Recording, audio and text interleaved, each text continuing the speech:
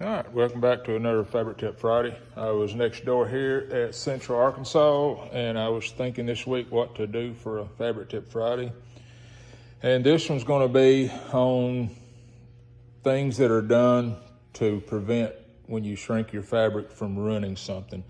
We've talked about this before, but Brian here at Central Arkansas Aircraft Repair, he's building up a set of champ wings with new spars.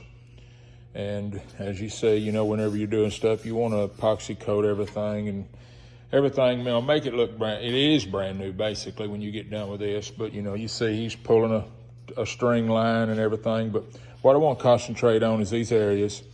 No fault of its own, but a champ is pretty flimsy when it's not all put together.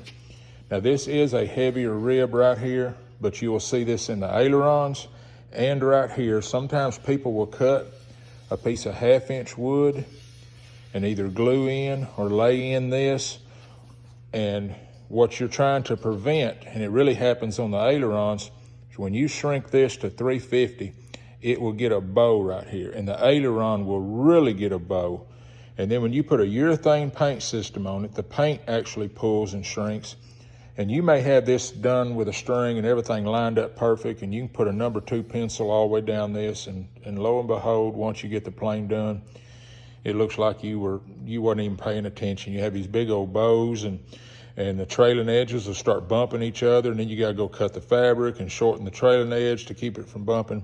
If you put a wooden part in there, and in this area, I'm gonna say just go about 275, maybe 300, just enough to get this kind of tight, because you're shrinking everything out here. As long as all the wrinkles are out, the primer's gonna go in and the paint and everything will set it. And that just kind of eases off of those areas. Another area, Brian started doing this, and I don't know, he couldn't remember where he got the idea, but you know, this is basically like a Tabriel wing, but a Tabriel wing has got a fuel tank in here. It's got above the tank and below the tank holders and everything strengthening it up. But like on a Piper wing out here in the roots, you've got about a 1 inch by 1 inch aluminum square that keeps this spaced apart, and similar to that one right there.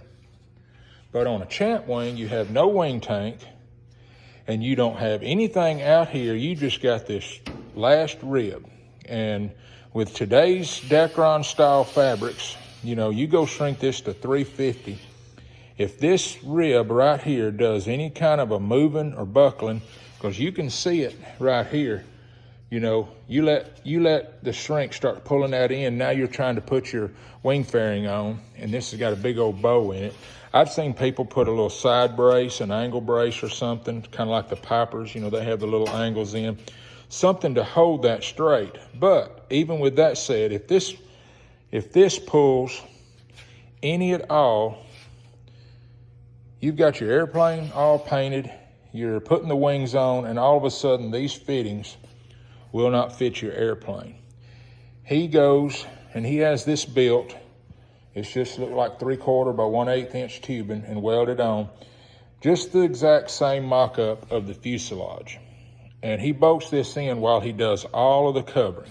That keeps this in a set state. Now, that ain't to say when he takes this bolt out, it may still try to move a little, but at least it keeps a good solid, you know, spacing on this, because there's nothing worse than you get ready to put the wing on and you can't figure out that you took the wings off the plane and they fit, and all of a sudden they're 1/8 of an inch close to one way, and then you have a tendency to want to get a big hammer and start messing with stuff. And there's not much you can do to the fabric once it's on and painted and shrinked. So this is just, I just come by here, and I know he's been doing this for some years, and I said that might be kind of lean toward the champ guys, but it's just this little spacer block that you build and weld up to go in and keep that spaced perfectly out at the end. And that's done even when you're doing all the trembling of the wing. You know, he hadn't even started this one yet. He's in the process of getting it ready. Because when you start tightening these, you can start moving stuff also. And these right here is also another thing that will pull these. And all it takes is just 1/8 of an inch off to not get it into the socket on the fuselage. So that's just one little deal. It's kind of mechanical, but it is to do with fabric covering.